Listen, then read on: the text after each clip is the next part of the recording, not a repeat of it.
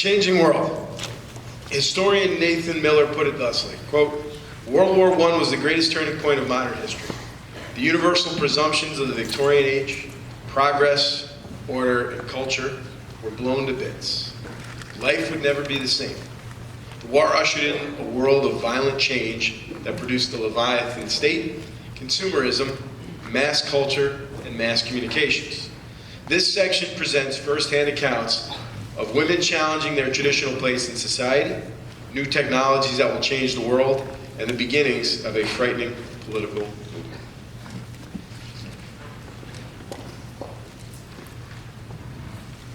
The psychology of knees. For the first time since civilization began, the world is learning that girls, women, females, maidens, and damsels have knees. Nevertheless, it's the naked truth, and it's becoming more evident every day. It ain't necessary to roll the socks to disclose them. The short dresses have revealed them to a gasping world, and oh, what a shock! Far from being a being of bewitching curves and dimples, the flapper is revealing herself as a sensation of angles, edges, and protuberances. She still possesses the slender limb that has made America justly famous in the beauty gossip of the world. The pretty toes, the shapely ankle, the gentle undulating leg, and then, to cap the climax, there is the knee. Or should we say kneecap? It's a terrible bump to masculine imaginations. Just when we were concluding that the flapper had nothing new to show us, along she comes and proves that there is something new under the sunburn. Oh, well, I suppose we will be able to worry along after we get used to them. The first 100 knees are the hardest. After that, you get callous. So do they.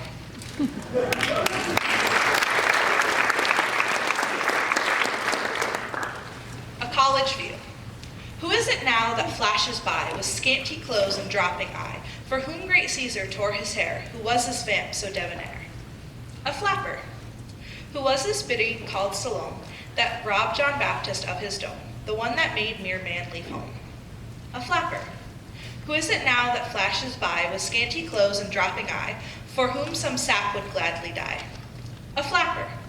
Who strokes the profs upon their knobs and on their shoulders gently sobs, while some swell mark from them she robs? A flapper.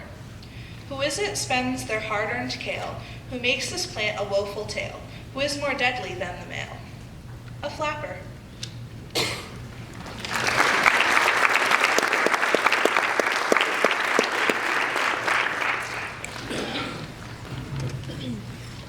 You've often heard him called that, but did you ever really understand what it meant? This will straighten you out. 13 qualifications for a flapper. Count them. Number 1, hat of soft silk or felt. Number 2, bobbed hair. Number 3, a flapper curl on your forehead. Number 4, a flapper collar. Number 5, flapper earrings. Number 6, a slip-over sweater. Number 7, flapper beads. Number 8, a metallic belt. Number 9, a strung bracelet. Number 10, knee-length fringe skirt. Number 11, exposed bare knees. Number 12, a rolled hose with a fancy garter. And finally, number 13, flat-heeled little girl sandals.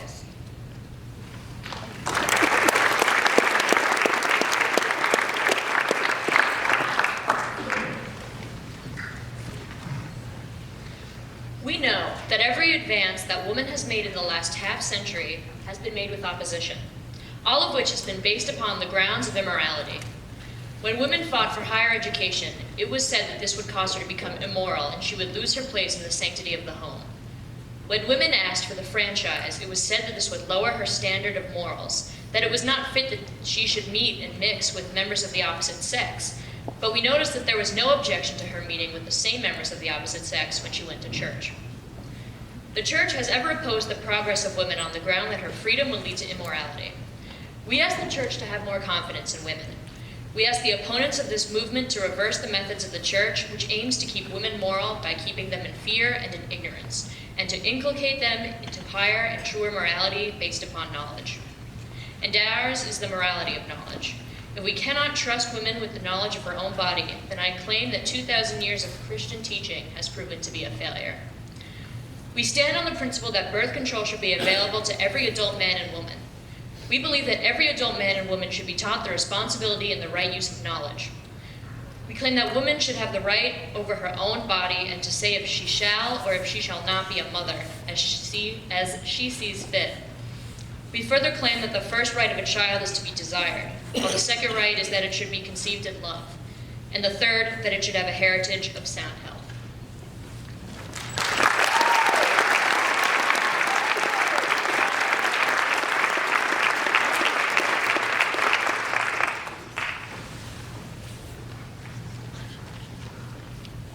The first indication of my approach to the European coast was a small fishing boat which I first noticed a few miles ahead and slightly to the south of my course. There was several of these fishing boats grouped within a few miles of each other.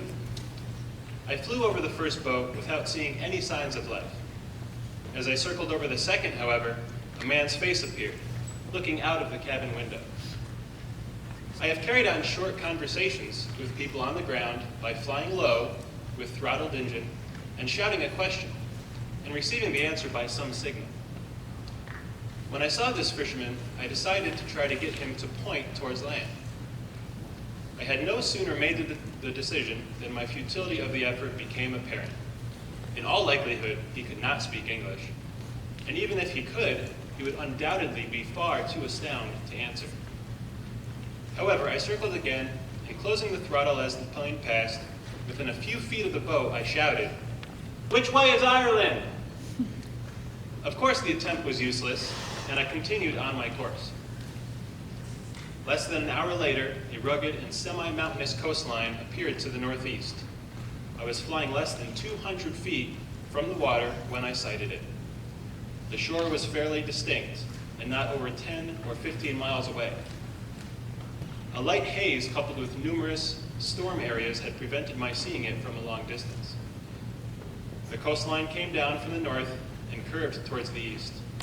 I had very little doubt that it was the southwestern end of Ireland, but in order to make sure, I changed my course towards the nearest point of land. I located Cape Valencia and Dingle Bay, then resumed my compass course towards Paris.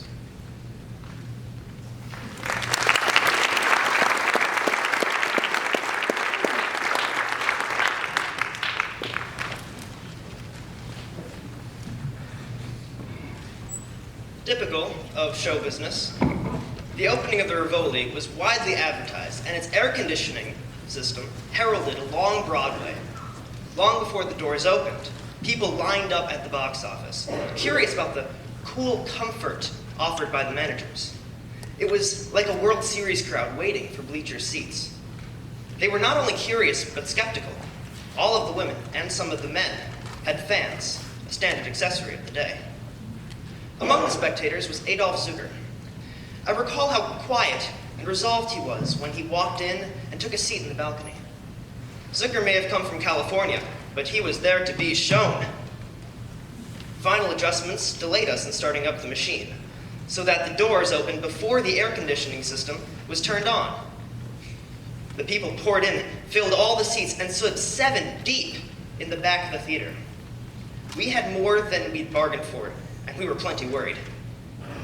From the wings, we watched in dismay as 2,000 fans fluttered.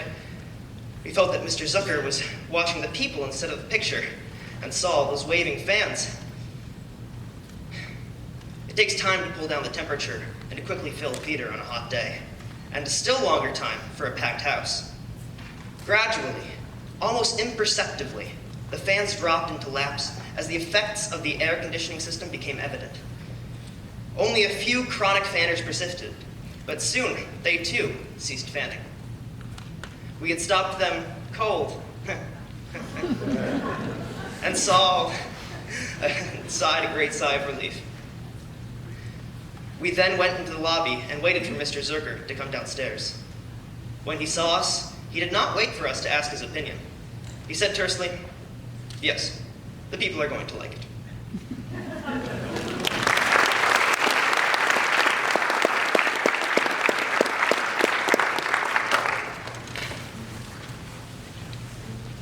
A lookout man rushed to Hitler.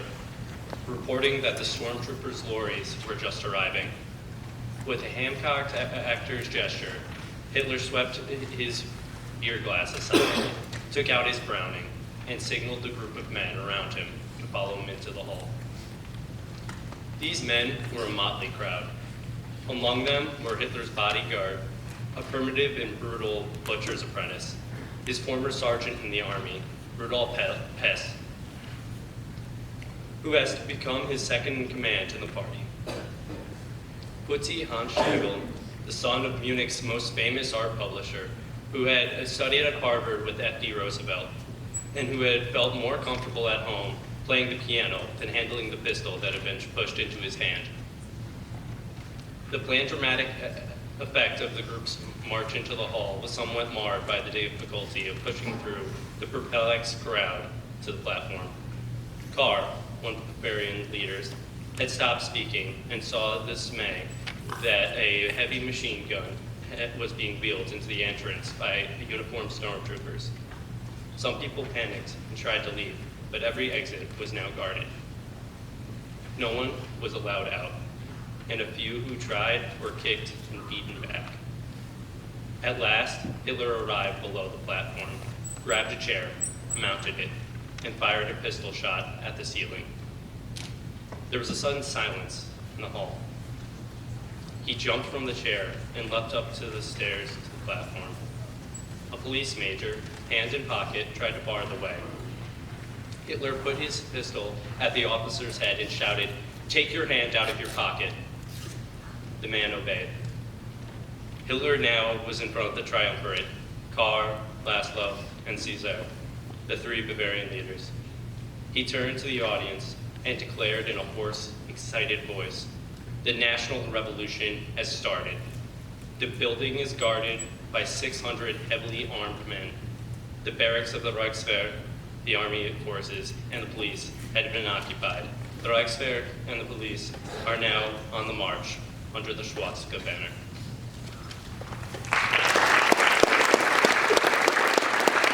The radio. In the 1920s, where could you turn for information about the weather, news, and sports, and stock prices? The newspapers, of course, but an even more powerful invention would give you all these things and a lot more. They would let you hear a live sporting event, a classical music concert, a play. Politicians and advertisers around the world came to see the transformative power of the new devices. They were soon everywhere and changing how people thought, voted, and shopped. In this section, we'll be replaying for you some advertisements, some famous advertisements from the 1920s. There is one change in the program. For the Whites commercial, Molly Krause will not be here, and it will be Lucy Scribby-Tennis.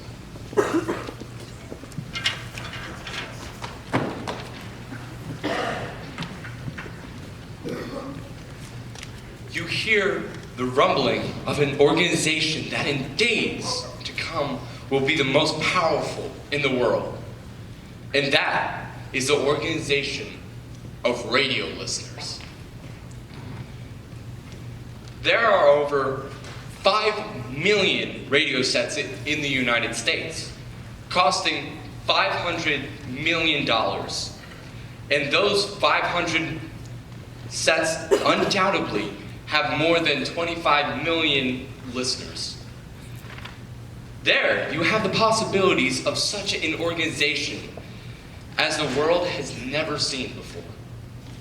For the first time in the world's history, outside of the printed word, it's become possible for one man to be heard by all the people at the same time.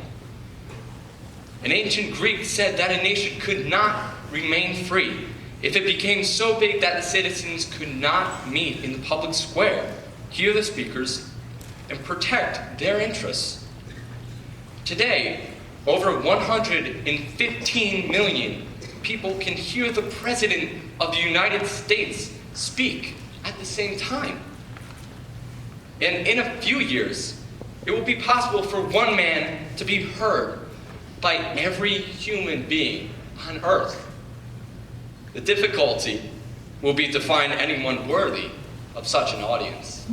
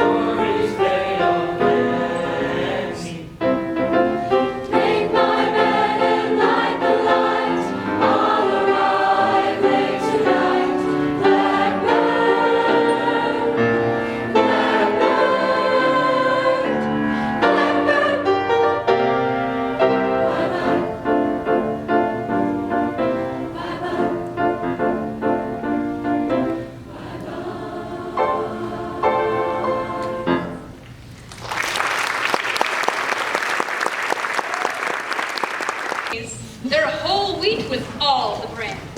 Won't you try Wheaties? For wheat is the best food of man. They're crispy and crunchy the whole year through. The kiddies never tire of them, and neither will you. So just try Wheaties, the best breakfast food in the land.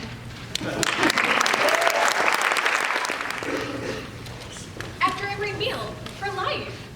We don't mean to imply the bride's cooking requires a digestive aid, but Wrigleys Spearmint affords just that taste of mint we all like after meals.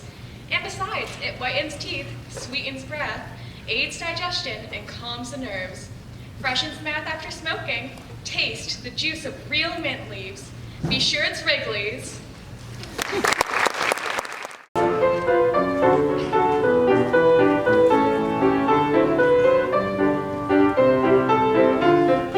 I'm looking over a four-leaf clover that I overlooked before.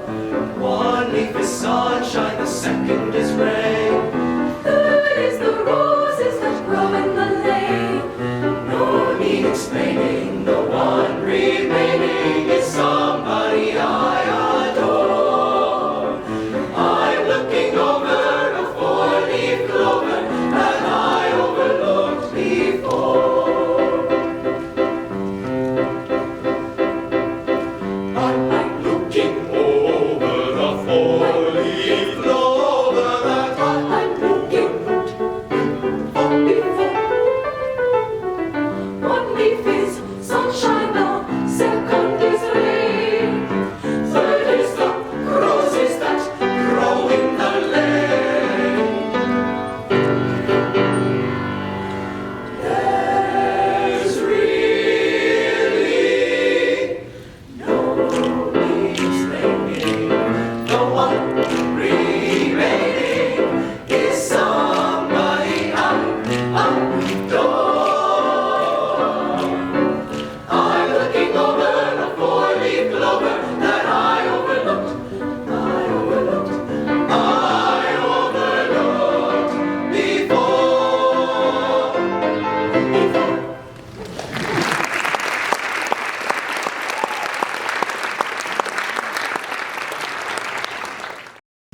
Be happy, go lucky, enjoy your cigarette. Enjoy truly fine tobacco that contains both perfect mildness and rich taste in one great cigarette, Lucky Strike. Perfect mildness? You bet. Scientific tests confirmed by 3 independent consulting laboratories prove that Lucky Strike is milder than any other principal brand. Rich taste? Yes. That full, rich taste of truly fine tobacco. Only fine tobacco gives you both real mildness and rich taste. And a Lucky Strike means fine tobacco. So, enjoy the happy blending that combines perfect mildness with rich taste, true tobacco taste. Be happy, go lucky.